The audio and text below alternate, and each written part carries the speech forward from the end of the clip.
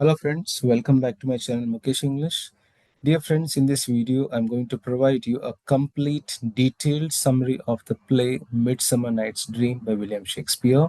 There are totally 5 acts in this play and I'll summarize each play scene wise. So do have patience. It may be 1 hour more, it may be the most longest video. So let's begin it with the introduction of the great writer William Shakespeare, who was a renowned English writer, playwright, poet, actor, widely uh, widely regarded as the greatest writer in the English language and the world's preeminent dramatist, who was also known as the Bard of Avon, who wrote 39 plays, 154 sonnets, and 3 long narrative poems, including Hamlet, Romeo Juliet, and Macbeth. He was a key member of the King's Man Acting Company and a shareholder in the famous theatre called the Globe Theatre. About this play, A Midsummer Night's Dream is a romantic. 1 minute. Oh, just a minute. Yeah. A Midsummer Night's Dream is a famous romantic comedy written by William Shakespeare. The play mixes love, magic, fantasy, and humor. The play is set in the two main places. One is the royal court of Athens, and a nearby enchanted forest where a lot of fairies live. Pariya fairies. They live, all spell charm. They do jadoo. The story has the four young lovers and a group of actors, amateur actors, and a fairy king and queen whose lives become entangled because of magical interference. The central theme of the play is love, especially how confusing, irrational, and the changeable love can be. Shakespeare shows how different types of love, he shows different types of love like romantic love, forced love, jealous love, and playful love. The magical forest acts as a dreamlike space where normal rules do not apply and strange transformations and misunderstandings take place. So dear friends, it's a very interesting play where a lot of jadoo, spell, human beings, fairies, pariya, very interesting. I enjoy it. I enjoy this play.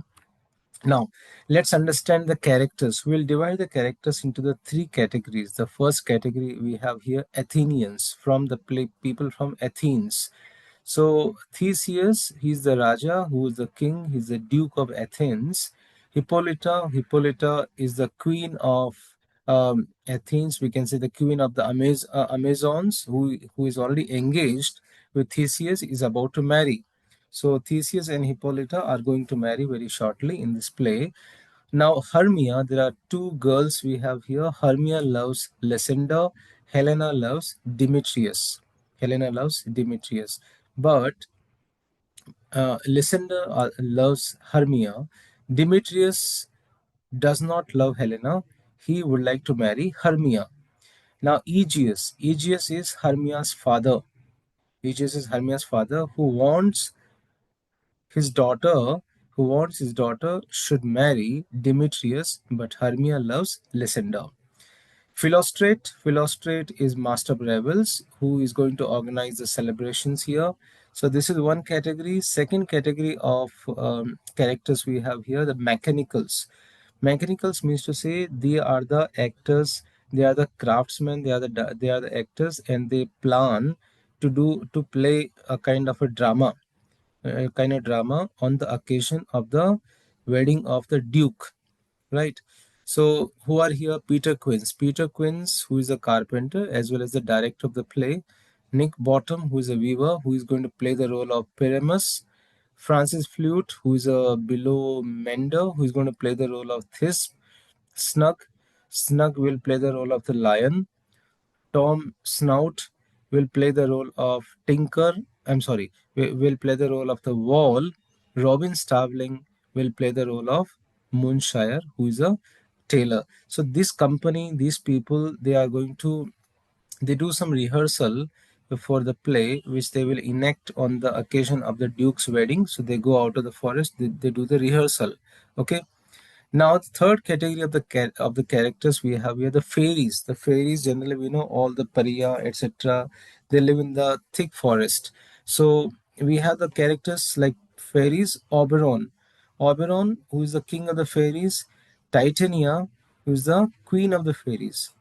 Now, Puck is very mischievous fairy, who is also known as Robin Goodfellow. Uh, Peas, Blossom, Cobweb, Moat, Mustard Seed, they're all fairy servant. Now, Indian changeling is the Titania's son or Titania's ward, which is not seen on the stage. So this is how the characters are under three themes: the Athenians, the Mechanicals, and the fairies. So these characters play a very important role.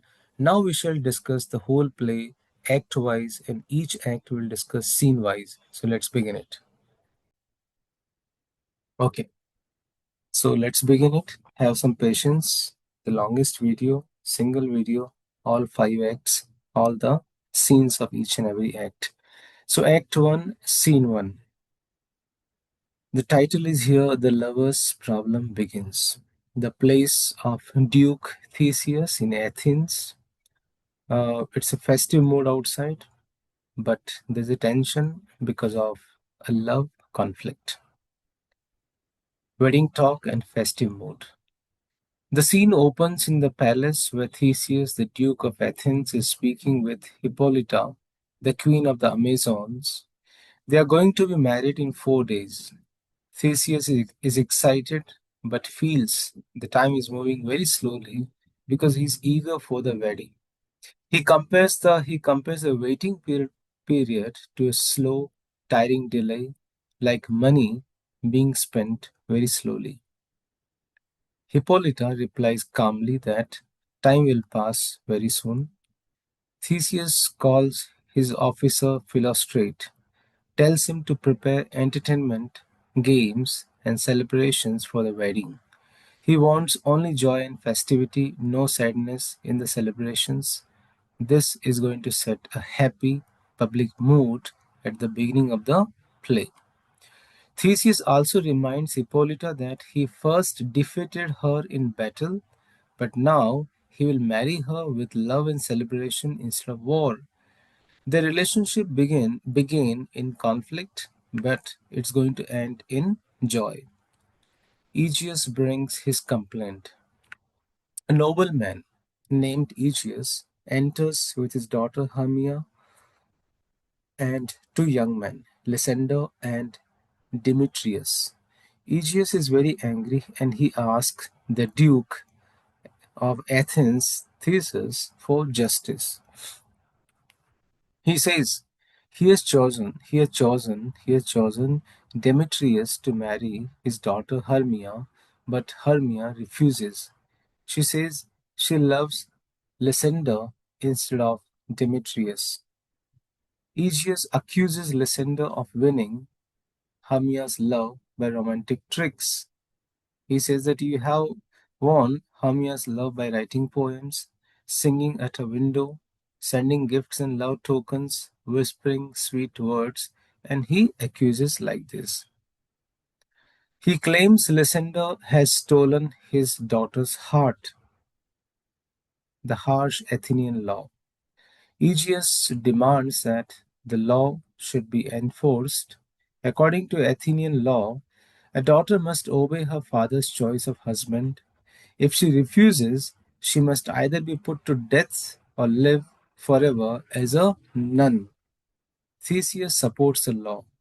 He tells Hermia that a father should be respected like a god because he gave her life and upbringing. He says Demetrius is a worthy match and she should marry with Demetrius instead of Lysander. Hermia bravely replies that Lysander is just as worthy. Theseus answers that worth does not matter without the father's approval. Hermia asks her fate clearly. Hermia respectfully asks what exactly will happen if she refuses Demetrius. Theseus explains clearly she must choose one of the three. Number one, she must choose to marry Demetrius or die or become a nun and live a lonely religious life forever. He describes the convent life as cold, strict, without marriage, without children, and making it sound very hard and very joyless. So he says that if you become nun, you won't get married, you won't have children. The life will be very hard, the life will be so joyless. Hamia's bold choice. Hamia shows great courage. She says she would rather die than marry someone she does not love, marry someone whom she does not love. She stands firm in her love for Lysander. Theseus gives her time until the next new moon, that's called the day of his wedding, when Theseus is going to marry. So Theseus says that you have until another new moon, till the new moon, you have time to decide. That's a final deadline. The rivalry between Lysander and Demetrius. Demetrius tells Lysander to stop trying to marry Hermia. Lysander argues back. He's as rich and noble as Demetrius. Hermia truly loves him. Love should matter in marriage. That's what Lysander says. Then Lysander reveals an important truth. He says, Demetrius once loved Helena and promised to marry her, but later he left her and began chasing Hermia.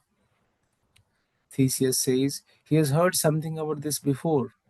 He takes Aegeus and Demetrius aside to discuss the matter privately and again gives a warning to Hermia to obey her father. Lovers left alone, the truth about love. Now Lysander and Hermia are alone. Hermia is upset and pale from fear and stress. Lysander comforts her and he says, true love never runs smoothly, don't worry. He lists why love often suffers. Lysander says, why the love always suffers? He says, love suffers because of social difference, because of age gaps, because of family opposition, because of bad luck, and because of outside interference. This becomes one of the play's most famous ideas, the secret escape plan. Lysander suggests a solution. He has a rich aunt who lives far outside Athens. Athenian law cannot reach there. They can marry legally there. That's a suggestion by Lysander. What's the plan? Plan is here. Hermia will secretly leave home tomorrow night. She will meet Lysander in the forest outside Athens. From there, both of them will escape. Hermia agrees. She promises to keep the plan secret. Helena enters. Unreturned love. Hermia's friend Helena enters. She's heartbroken because she loves Demetrius, but Demetrius no longer loves her. He only wants Hermia. Helena praises Hermia's beauty and charm and wonders why Demetrius prefers Hermia when she herself loves him so deeply she feels ugly and unwanted. The secret is shared. Hermia and Lysander trust Helena, tell her their escape plan, right? Hermia and Lysander, who have planned to run away, they are going to tell the escape plan to Helena, whom already Demetrius left, right? Or Helena loves Demetrius, and now both of them have already discussed this plan. So, what's the plan? Hermia and Lysander will run away tomorrow night and they'll meet in the forest. They say goodbye warmly and leave. Helena's decision, the turning point. After they go, Helena makes a crucial decision that drives the rest of the story. What does she do? She decides to tell Demetrius about the escape. See here, to be loyal to her lover, she thinks that she should tell the plan of Lysander and Hermia to Demetrius. So she decides to tell Demetrius about the escape. Why? Because she knows Demetrius will chase Hermia into the forest. She'll follow Demetrius even if he treats her badly. She wants to be near him.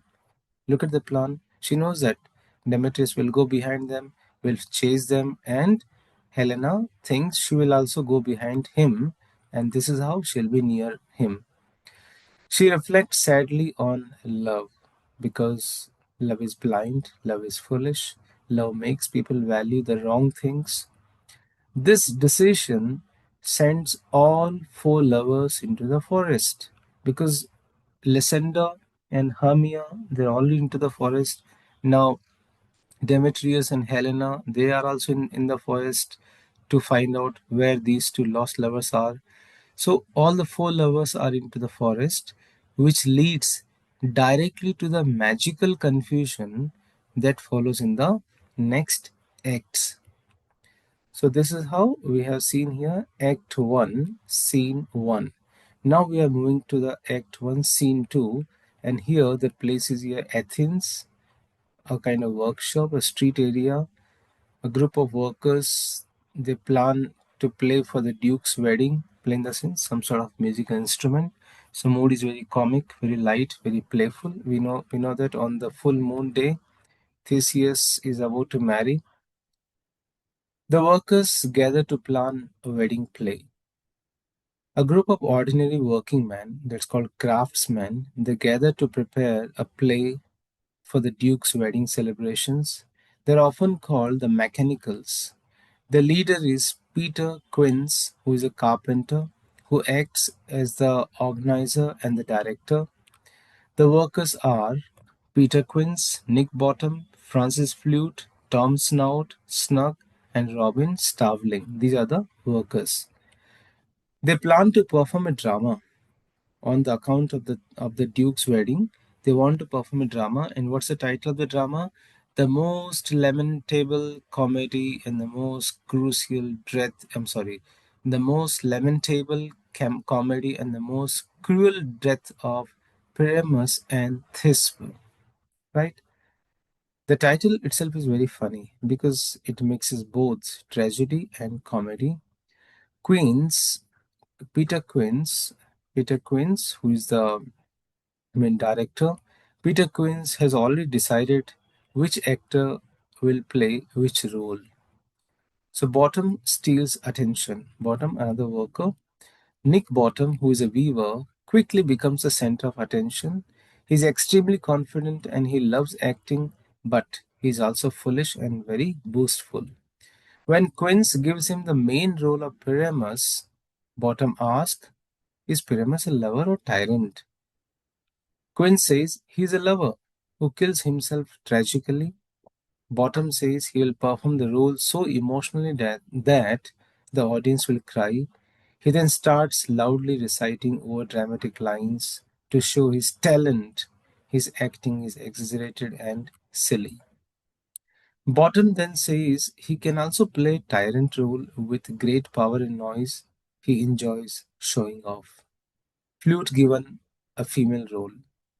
Francis Flute, who is assigned the role of Thisbe, the heroine of the story. This means he must play a woman's part. Flute objects, because he says he's growing a beard. He feels embarrassed to play a woman. He says that it's very difficult for me. My beard is getting grown. Queens, the manager, the director tells him he can wear a mask.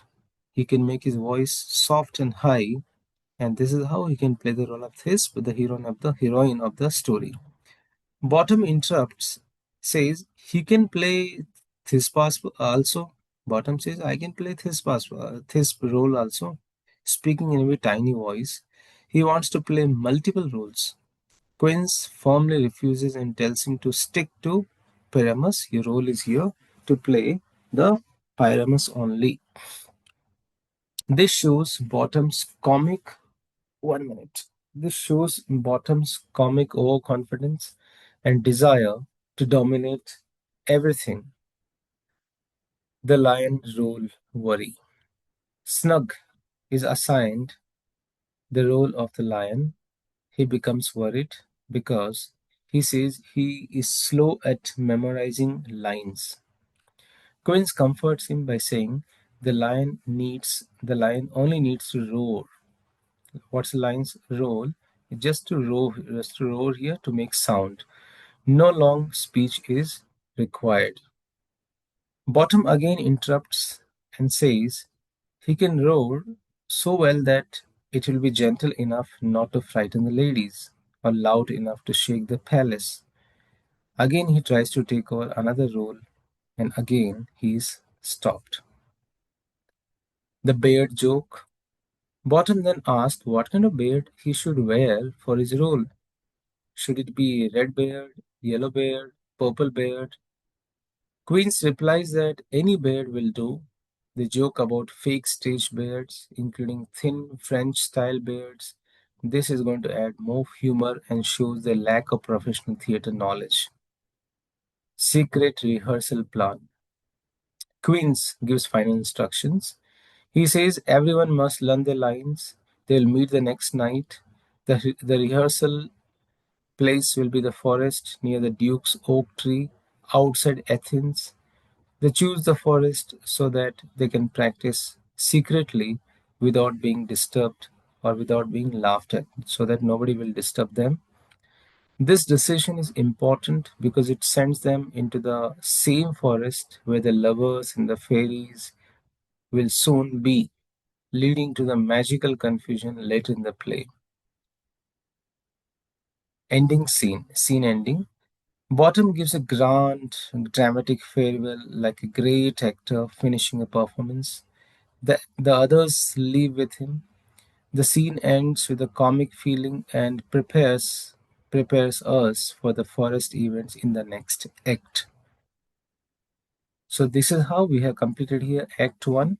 So what happens in the Act 1? Duke's wedding is coming, and there's a forced marriage conflict. Lovers, they escape towards a forest, right? Lysander and Hermia. Helena's betrayal. Helena has told Lysander and Hermia's plan to her lover Demetrius. Workers' forest rehearsal. They are going to do the rehearsal outside Athens in the forest on the occasion of Duke's wedding, and forest becomes your central location next.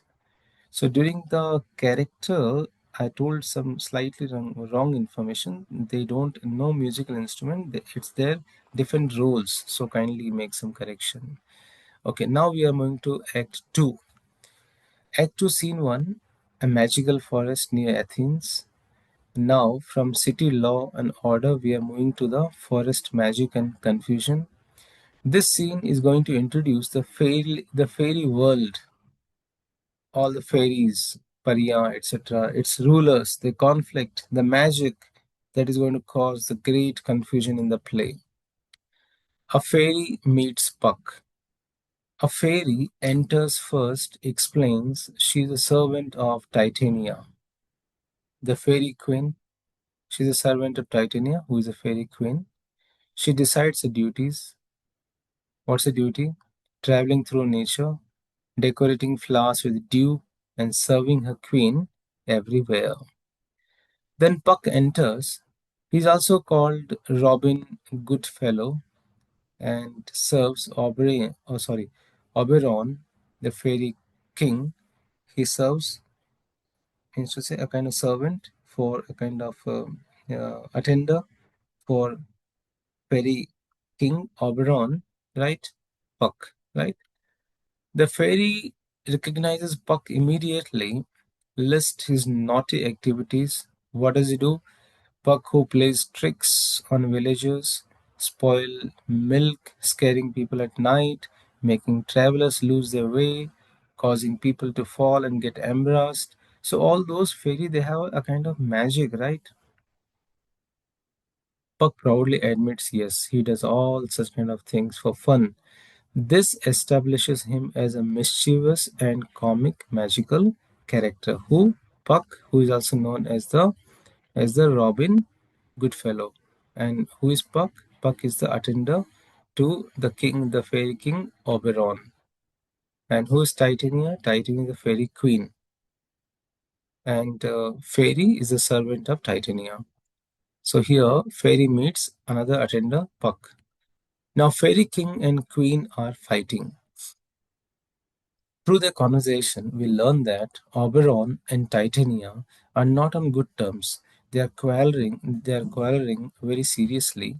The reason is a changeling child. Changeling child means an Indian boy who is adopted by Titania, the fairy king. Oberon wants the boy to become his servant. Titania refuses to give him up. Because of this fight, the fairy kingdom is disturbed and tense. The fairy warns that if the royal couple meets, there will be trouble. Oberon and Titania enter and argue. Oberon and Titania enter the opposite sides and immediately begin arguing. They accuse each other of jealousy and unfaithfulness. Titania accuses Oberon of being jealous and loving Theseus, the Duke of Athens' bride, Hippolyta. Oberon accuses Titania of loving Theseus himself. Their argument is sharp, emotional, and public. Their fight has damaged nature. Titania explains something very important. Because the fairy king and queen are fighting, nature itself is disturbed. She says seasons are confused, rain is excessive, crops are failing, rivers are flooding, diseases are spreading, weather patterns are broken because of their fighting.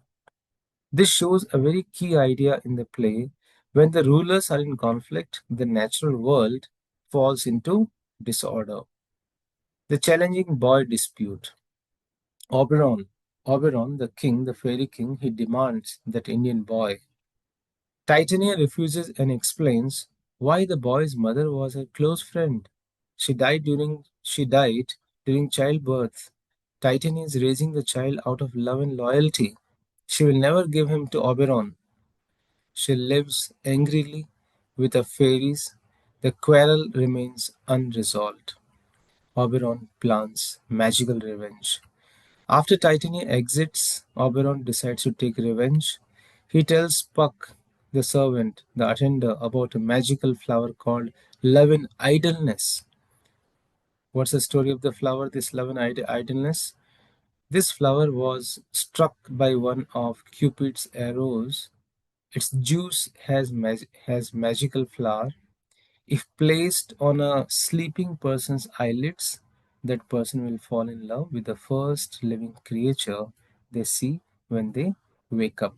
This is the story of the flower, the magical flower, love and idleness. Oberon sends Puck to find out this flower, to bring this flower very quickly. Oberon's two magic plants. While Puck is away, who has gone to bring this flower, Oberon explains his plan for Titania. What's his plan? That he will put the flower juice on Titania's eyes when she sleeps. She will fall in love with some ugly or ridiculous creature. While she is distracted, Oberon will take this changeling boy, then he will remove the spell. That's his plan.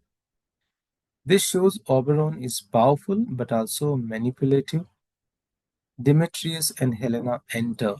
Now look at the next scene, which happened in the Act 1, Scene 1. They were in the forest. Now, two human lovers, they enter the forest. Who are these two lovers? Demetrius and Helena. Oberon becomes invisible and he listens. We know they are in the world of now fairies, and human beings cannot see the fairies. But Oberon, who is the king of fairy, who becomes invisible and he listens. These two lovers who have come to find out Lysander and Hermia. Demetrius, who is searching for Hermia and Lysander, he is irritated that Helena is following him. He clearly says he does not love her. He tells her to leave him alone. Helena says she loves him even more when he rejects her. She compares herself she compares herself to his dog. She says she will follow him everywhere. She accepts humiliation just to be nearby. She just wants to be there, to be nearby him. Demetrius runs off into the forest. Helena also runs after him. This scene shows unbalanced love and emotional pain. Oberon feels sorry for Helena. Oberon, the king of fairy, who is listening, after watching this, Oberon feels pity for Helena. He decides to help her using magic. So now, hope you are able to understand. There are two worlds. One is a human being, one is non-human being, which are the fairies here. So Oberon has seen here that Helena loves Demetrius so much, but Demetrius does not love. So Oberon, the king, fairy king, he thinks that he should help Helena by using he decides to help her using magic. Puck returns. Puck, who is going to bring the flower, the idleness flower. Puck returns with the magic flower. Oberon gives him instruction. Oberon says that he should find an Athenian man. He'll be wearing Athenian clothes. He'll be near a woman who loves him. He should put the magic juice on his eyes. When he wakes, he should fall in love with her. So this is the instruction given by Oberon to Puck. And you know for whom he has given this instruction? He has given the instruction for Demetrius, who does not love Helena, right? Because he wants to help Helena here. Oberon means Demetrius. But Puck has never seen Demetrius before. This sets up this is going to show us the upcoming mistake here and the upcoming confusion, because Oberon means Demetrius, but Puck has not seen Demetrius. Don't forget, there are also one more couple is in the jungle, is in the forest. Who is this? Lysander and Hermia. Now, Act 2, Scene 2. So let's begin. Act 2, Scene 2. The place is here, another part of the magical forest. Magic begins to work. The main confusion in love begins here. Titania comes to sleep in the forest. Titania, who is a fairy queen, she enters with her fairy attendants. She gives them gentle orders before sleeping. She says them to sing a lullaby for her, kind of song, which drives away the snakes, spider, insects, protect her from anything harmful, and guard her to rest carefully. These are the instructions given by the Titania, the fairy queen, to her attenders. The fairies sing and slowly leave one by one. Titania lies down on a bed of flowers, falls asleep peacefully. This creates a calm, magical atmosphere just before the spell is used. Oberon casts the love spell. Oberon casts the love spell on Titania. Oberon quietly enters when Titania is sleeping. He squeezes the juice of the magic flower, loving idleness, onto her eyelids and speaks a charm. The spell means when Titania wakes, she will fall deeply in love with the first living creature she sees, no matter how ugly or how foolish it is. Oberon leaves, satisfied that his revenge plan has begun. Hermia and Lysander enter. They are lost and tired. Now, in this jungle, Hermia and Lysander, they are already in the jungle, and they are very tired. They are very confused. They are not able to find out where to go. They are exhausted from walking. Lysander suggests they should rest for the night. He proposes that they should sleep close together. Hermia refuses very firmly. She says that they are not yet married and it's not proper to lie together. They should keep some distance. Lysander respects her wish. They lie down separately and fall asleep. This moment shows Hermia's strong values and moral discipline. Puck makes a serious mistake. Now, Puck, who was told to use this kind of spell on that person, to do the spell on such a person who is in love with a lady, an Athenian person. Puck enters carrying the magical flower. He's trying to follow Oberon's order. What's Oberon's order? That he should find Athenian man who is with a woman that loves him, put the magic juice on his eyes, right? For whom the instruction were given? The instruction were given for Demetrius and Helena. But here, who is here? Lysander and Hermia. They are sleeping. Now he sees Lysander is in the Athenian clothes. He finds two persons are sleeping here. One is Lysander, who is in the Athenian clothes, and a young woman, Hermia, is also sleeping nearby. Puck assumes that this might be the right couple for which he has been given the instruction. Oberon has given the instruction. Without checking further, he puts the love juice on Lysander's eyes. This is the mistake which is going to create the love confusion here. Puck leaves. He's very happy that he has finished the work here. Demetrius and Helena, they cross the area. Demetrius runs through the forest. He's still searching for Hermia, right? So both of them, they are lost. He's searching for her. I'm sorry. Demetrius, he's running in the forest. Helena is also following him. And Demetrius is searching for Hermia. Helena follows him desperately. Demetrius tells her again to stop following him. He leaves her alone in the dark forest. Helena is tired, upset, frightened, but still she is devoted to him. Helena finds Lysander sleeping. Right? Now Helena is left in the forest, and Demetrius is moved further in search of Lysander here, right?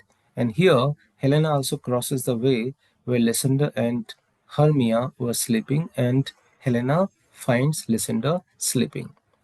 Helena comes across Lysander sleeping on the ground. She worries he might be dead. Something bad may have happened. She thinks that he might be dead. She shakes him, wakes him up. Lysander falls instantly in love with Helena because of Puck. Because of the magic spell done by Puck, Lysander opens his eyes. The first person he sees is Helena here, and instantly Lysander falls madly in love with Helena. This is the confusion, right? He suddenly praises Helena's beauty. He says she's perfect. He claims he no longer loves Hermia. He says Hermia means nothing to him now. He follows Helena passionately. पूरा game ही change हो गया इधर तो. Helena thinks she's being mocked. Helena does not believe him at all. She thinks Lysander is making fun of her. This is a very cruel joke. He's insulting her feelings. She feels hurt and angry, and she walks away. Lysander runs after her, declaring love. He says that, yes, I love you, right? Now the lovers are already mismatched because of the magic. Hermia wakes alone. We know now Lysander is behind, is behind Helena because of this magic, right? Now here, Hermia, who was sleeping, she wakes up. Hermia wakes from a frightening dream. What is in dream? She dreamt a snake was eating her heart, and Lysander was smiling and watching. That was a dream, and because of this frightening dream, she wakes up. She reaches out. She finds Lysander's gone. She becomes very scared, very confused, very much worried. Not knowing what happened, she gets up and she goes into the forest to search for him. Now, this is the we have completed here Act 2. So what happens in the Act 2? The fairy world has been introduced here. Oberon and the fairy queen and Puck here. Oberon Titania conflict we have seen. The magic flower is introduced. The love potion plan begins here. Puck makes the wrong choice. Lysander, there's a mistake. Love triangle becomes a chaos here. So all lovers now moving deeper in the forest. All those four people, they are lost in the forest. So this is a summary of Act 2. Act 3, Scene 1, place, the forest, near the spot where Titania is sleeping. The mechanical workers arrive to rehearse. Now we know that the wedding of Duke is approaching, and there was already planned that this all the team of the drama team, they all will come at the outskirt of the Athens to rehearse. So a group of simple working men called the mechanicals, they come into the forest to rehearse the play for the Duke's wedding. Who are they? Peter Quince is the director. Nick Bottom, who plays the role of Pyramus. Francis Flute will play the role of Thisbe. Tom Snout will play the role of Wall. Snug will play the role of Lion. And Robin Starveling will play the role of Moonshine. So they choose a forest clearing as their stage, a nearby bush area as their dressing room. They want privacy, so nobody laughs at their rehearsal. Bottom starts fixing the play. Bottom begins giving many suggestions, even though Quince is the director. He worries about the audience. The ladies may be frightened when Pyramus kills himself with a sword. The lion may scare them too much. His funny solutions are here to add that they should add here some prologue which explains that no one is really dying. And he should tell the audience clearly that he's not really Pyramus, only Bottom, the viewer. Or make the lion introduce himself and show his face so no one is afraid. So this shows Bottom is overconfident, silly, but enthusiastic, trying to control everything. The comic stage problems. They now discuss how to show difficult things on stage. Problem number one, moonlight scene. These are the very difficult things they have to show on stage. Moonlight scene, because it's a full moon they have to show. What's the solution? They should bring a man with a lantern and say, this lantern is a moon. Problem number two, the wall between lovers. What's the solution? A man will act as a wall. He will hold his fingers apart to show a crack. The lovers will whisper through the finger gap. Very funny. These ideas are very funny and show they do not understand the real theater. Their innocence creates comedy here. Puck secretly arrives. Puck, who is attender, Puck enters quietly and he's watching the rehearsal. He laughs at the acting and he says he will join the fun. That means he is going to create some problem, some trouble. And we know Puck is a fairy, not seen by the human being. Puck turns Bottom into a donkey. So what does Puck do? During rehearsal, Bottom exits briefly to prepare for his next entrance. While he's away, Puck magically gives him a donkey's head, right? So Bottom has become now donkey. When we know that all the fairies, they are not seen by the human being, so Puck has the power. Bottom returns to the stage and others are shocked to see him. They are shocked and terrified. They think he's a monster. They run away, screaming, because Puck's head has become a donkey's head here. Puck enjoys the chaos. He chases them, makes strange voices, mimics sounds of animals, confuses, frightens them more. Bottom thinks it is a joke. Bottom does not know his head has been changed, right? He has no idea. He thinks his friends are playing a prank. They want to scare him. To show he's not afraid, he starts singing loudly and confidently. Titania. Because of this, what happens? Titania, who was sleeping, she wakes up. Titania wakes up because of Bottom singing. Remember, all of us should remember, Oberon has taken a revenge and he has placed this love potion, the flower juice, on her eyes earlier. Now she's going to wake up, right? The first creature, nice one. The first creature which Titania sees, it is Bottom, and the person Bottom, the mechanical, the person Bottom, who has a donkey's head when she opens her eyes. And you know what's the rule of the game? The moment she opens eyes, whoever comes in front of her, she'll fall in love. Super. Because of the spell, She instantly falls deeply in love with him. She calls him beautiful, sweet, wise, wonderful. Donkey ka head. My God. This is one of the biggest comic moments in the play. When a human being, when somebody is praising another person who has donkey's head. Titania honors Bottom like a king. Titania tells Bottom he must stay with him. She loves him. She will not let him leave. She calls her fairy servants. Titania starts calling fairy servants. Who are the fairy servants of Titania?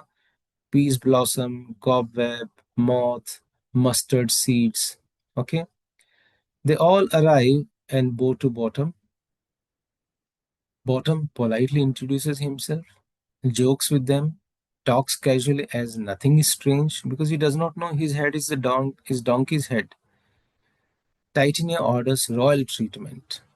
Titania commands the fairies to bring some fruits and flowers for the Bottom, to serve him carefully, scratch his head, fan him when he's while he rests, take the special care of him.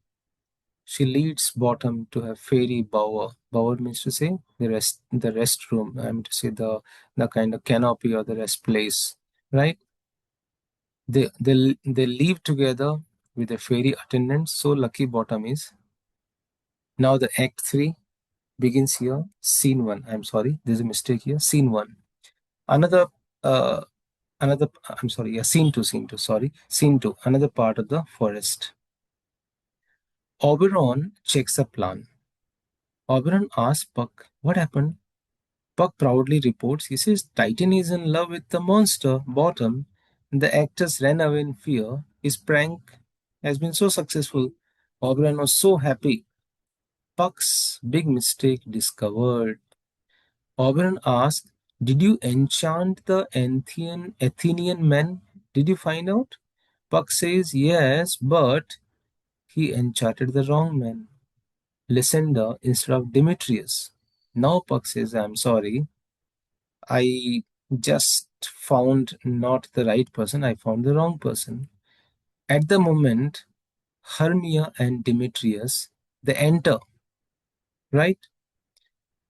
Hermia thinks Demetrius killed Lysander, accuses him angrily. She leaves searching for Lysander. Hermia thinks Demetrius has killed Lysander. That's why Lysander is not found. And she starts searching for Lysander. Demetrius, who is tired, he falls asleep. Oberon fixes this confusion. How? Oberon now puts love juice on Demetrius' eyes. Okay? He tells Puck, bring Helena here so Demetrius will see her first. Please keep in the mind, a lot of confusion starting now. Somehow Oberyn is trying to fix up this confusion, this mistake here. So what does he do? He puts the love juice when Demetrius is sleeping in Demetrius' eyes, and he tells Puck, now you bring Helena here so that the moment Demetrius opens his eyes, he will find Helena and he will love. But don't forget, already Lysander is in love with Helena because of the juice, right? And Hermia is in search of Lysander. Double love confusion begins here. How? Puck brings Helena near Lysander, who is already following Helena, declaring love. Demetrius wakes. Demetrius sees Helena, and Helen and Demetrius falls in love with Helena. And already Lysander, due to the potion, due to the love juice, due to the juice of the flower, Lysander also loves Helena. Now, because of the the flower juice, the spell, Demetrius also starts loving Helena. So there's a two persons love one lady. Now Lysander loves Helena. Demetrius also loves Helena. Helena thinks everyone is mocking her. Helena believes both men are making fun of her. This is a very cruelsome joke. She becomes upset and angry. Hermia arrives. Total chaos. Now Hermia, who has gone in the jungle, was trying to find out Lysander. So everything get get together here. Hermia finds them. She discovers Lysander now rejects her. She finds Lysander does not love her. Lysander loves Helena. Lysander hates Hermia and he starts loving Helena. This is what Hermia has found. Hermia is shocked. Hermia thinks she's a part of the joke. I'm sorry. Helena thinks what's wrong is going on. Is she a part of the joke? Their friendship is broken. They argue very badly. Men prepare to fight. Lysander and Demetrius, they challenge each other. They go off to have a duel, to have battle. For whom? For Helena. Hermia and Helena also fight verbally. Both these ladies, they also start fighting verbally. Oberon orders a rescue plan. Oberon scolds Puck and he commands Puck, go, create a thick fog, separate the men, confuse them with voices, stop this duel, stop this fighting. He gives a command to Puck. Then make them fall asleep. This is a command given to Puck by the Oberon to stop this kind of fighting scene here. Puck, he start imitating their voice. He leads them in circles, exhausts them, and creates fog. Lysander sleeps. Demetrius also sleeps. All four lovers fall asleep. Helena sleeps. Hermia sleeps. All are now lying on the ground separately. Now Puck picks his Lysander, right? Now Puck puts antidote juice on Lysander's eyes, just like antivirus. Okay, to remove the to remove the effect of the previous portion, previous jadoo, he puts the antidote juice on Lysander's eyes. Spell is removed. He will love Hermia again when he wakes. Puck says all will be well. So this is the summary of Act 3. So in the summary in the Act 3, we have seen here Titania loves Bottom, who has got donkey head, right? Demetrius loves Helena. Lysander will love Hermia once again. Lovers got exhausted. Sleep. The fighting is prevented. Magic confusion is at the peak in the Act 3. Now we are moving to Act 4, Scene 1. Hope you are enjoying. What's the setting of this act? The forest near the fairy bower. Fairy bower means to say the fairy in the house, right? Titania's house. Magic is removed, quarrels and order is restored. Titania is still in love with Bottom, who is donkey-headed. Titania is still under the magic love spell. Why Titania? Because Oberon took the revenge. She's completely in love with Nick Bottom, who still has a donkey's head, which was created by Puck. She treats Bottom like royalty. She calls him gentle and beautiful, speaks lovingly to him, orders her fairy servants to wait on him. The fairy attendants, peas, blossom, cobweb, moth, mustard seed, they all serve Bottom here. Bottom behaves in his usual simple comic way. Bottom is very crazy guy, very mischievous person. He talks very casually with the fairies. He asks them to scratch his head, asks for food. He requests hay and oats like donkey would always eat. Titania lovingly agrees to everything. Soon Titania and Bottom fall asleep together in the flower bed. Oberon arrives. The quarrel is over. Oberon enters with Puck. He explains Titania has now given him the Indian changeling boy. His purpose is achieved. His anger is gone. Seeing Titania asleep beside the donkey-headed Bottom, Oberon says she has suffered enough embarrassment. He decides to remove the spell. He says that enough, I done my revenge now. And he says to Puck, better you remove the spell now. Titania's Titania's freed from the spell. Oberon puts a different magic herb, the antidote, on Titania's eyes. When she wakes up, the spell is gone. She no longer loves Bottom. She sees the donkey-headed figure beside her. She feels shocked and ashamed of being slept near by the donkey-headed men. Oberon explains what happened while she was enchanted. Titania feels embarrassed but accepts it. They forgive each other, they end their quarrel, they reconcile as fairy king and queen. So peace is restored between them, and symbolically, peace returns to nature. Now bottom is restored. Now Oberon orders Puck to remove the donkey head of Bottom. Puck changes Bottom back to normal because of Puck's all the spell. Bottom remains asleep and he knows nothing yet. Oberon and Titania now notice the four young lovers sleeping nearby: Lysander, Hermia, Demetrius, and Helena. Oberon confirms the love corrections are complete. The right couples will remain in love. The fairy king and queen bless the lovers and leave the forest together. The duke's hunting party enters, and we know here people are hunting for those lovers. Morning comes.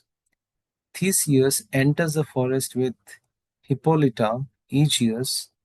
Their hunting attendants, all people, they are coming with the dogs to hunt. Where are those four people?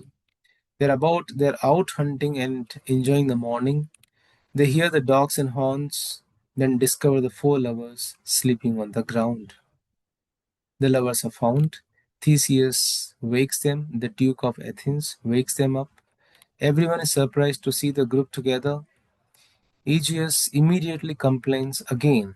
Aegeus, who is the father of Hermia, he complains that Lysander had run away with his daughter Hermia and he demands punishment. But something has changed. Demetrius now loves Helena. Demetrius now declares that he no longer loves Hermia. He truly loves Helena. His love for Hermia has disappeared. His love for Helena feels natural and strong. This is because of the magic flower. But he does not know this. Helena is finally loved in return. So Helena, because the portion was removed from Helena, now Helena loves Demetrius finally. Theseus makes a new decision, the Duke. Theseus sees that the lovers are now correctly paired, Lysander and Hermia, Demetrius and Helena. He overrules Aegeus' earlier demand. Theseus, the Duke, declares both couples will marry. They'll be married on the same day as his wedding with Hippolyta on the full moon, new moon. This solved the law problem and the love problem at once. The young couples are relieved, happy, and grateful. They all return to Athens together. Bottom wakes from the dream. Bottom wakes up alone after everyone has gone. He remembers strange experiences but cannot understand them. He says he had a wonderful dream. It is too strange to explain. No one can describe such a dream properly. In comic style, he says he will ask Peter Quince, the director, to write a song about it called Bottom Stream because it has no bottom. That means it has no end, it has no clear meaning. Bottom happily goes back towards Athens for the wedding play. Now the Act 4, Scene 1 summary. So we have seen here Titania is still enchanted and lovingly caring for Bottom with the donkey's head. Oberon arrives, sees this, feels his revenge is complete because he has now received the Indian boy from her. He removes a spell from Titania's eyes. When she wakes, she is shocked and embarrassed to see Bottom. They reconcile. Oberon orders Puck to remove the donkey head, restoring Bottom to normal while he sleeps. The fairy king and queen bless the four lovers nearby. Theseus and his hunting party enter the forest and find the lovers asleep. When they wake, Demetrius now truly loves Helena and no longer wants Hermia. Theseus approves the new matches and announces that both couples will marry along with him that day. I mean to say, on the day of his marriage. Bottom later wakes alone, thinking he had a strange, wonderful dream and returns to Athens. The mechanicals are worried because Bottom is missing. Without him, the play cannot be performed. Suddenly, Bottom returns. Everyone is relieved and excited because their play has been chosen for the wedding celebration. Bottom refuses to explain where he was and tells them to get ready quickly. They all leave to prepare for the performance. So we have seen here Titania is freed from the spell. Oberon and Titania are reunited. Bottom is changed back to human. Lovers are correctly paired. Theseus approves the marriages. All confusion begins to resolve. So the play within the play is set to be performed. There will be one more play by the mechanicals. So Act 5, Scene 1, Athens, Theseus' Palace. Theseus and Hippolyta. They discuss the strange forest story told by the four lovers. Theseus thinks such tales, such stories come from imagination, saying lovers, madmen, poets, they see the things beyond reason. Hippolyta feels that since all four lovers share the same story, something real must have happened. She says, the four lovers enter happily. Theseus blesses their marriages. For evening entertainment, he chooses the mechanicals play Pyramus and Thisbe, even though he is warned it is poorly performed. The craftsmen present in the play in a very comic way.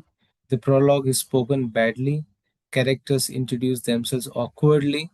Roles like Wall, Moonshire, Lion, they're all shown literally by actors. The audience keeps joking and commenting. The tragic story becomes hilarious because of exaggerated acting and mistakes. Pyramus and Thisbe both die dramatically, and the performance ends with a dance. So it was a play within the play. There was an act in front of and all the four lovers and Theseus and um, Hippolyta by those mechanicals. After midnight, the royal couples go to bed. Puck then enters and announces the fairy hour. Oberon and Titania arrive with fairies and bless the palace, the marriage beds, and the future children with peace and good fortune.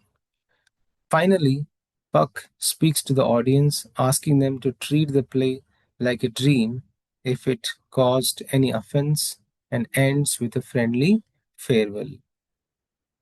Summary of the Act 5. All lovers are married, conflicts fully resolved, mechanical play provides comic relief, fairy world blesses human world, harmony restored everywhere, and the play ends with dreamlike closure. It seems that it was just a dream, a play, a Midsummer Night's Dream, it was just a dream. So let's conclude the whole play. So hence, we can say that A Midsummer Night's Dream ends with harmony, celebration, and happiness. All the confusion, jealousy, misunderstandings, all that happened in the forest are finally resolved. The lovers are currently paired, Lysander with Hermia, Demetrius with Helena. They are married along with Theseus and Hippolyta. Order is restored in both the human world and the fairy world. The quarrel between Oberon and Titan is also settled. They reunite peacefully. They bless the newly married couples and their future children. That shows that love and balance have returned to nature as well. The comic play of Pyramus and Thisbe also brings humor and reminds the audience not to take anything seriously. Through the magical events in the forest, William Shakespeare shows that love can be irrational, confusing, and unpredictable, but it eventually finds its proper direction. The play suggests that imagination, dreams, and fantasy are important parts of human experience. In the final speech, Puck asked the audience to treat the story like a dream, light, playful, and harmless. Hence, we can say that the play Midsummer Night's Dream ends on a joyful note, celebrating love, forgiveness, imagination, and the idea that confusion can lead to clarity and happiness. So, dear friends, this is how I have tried my best to give the summary of each and every, all the five acts and all the scenes of each and every act. So, thank you so much. Hope you like the video. Click on the like button, write in the comment box. So, thanks for watching this video and subscribe the channel if you have not yet done it. Thank you so much.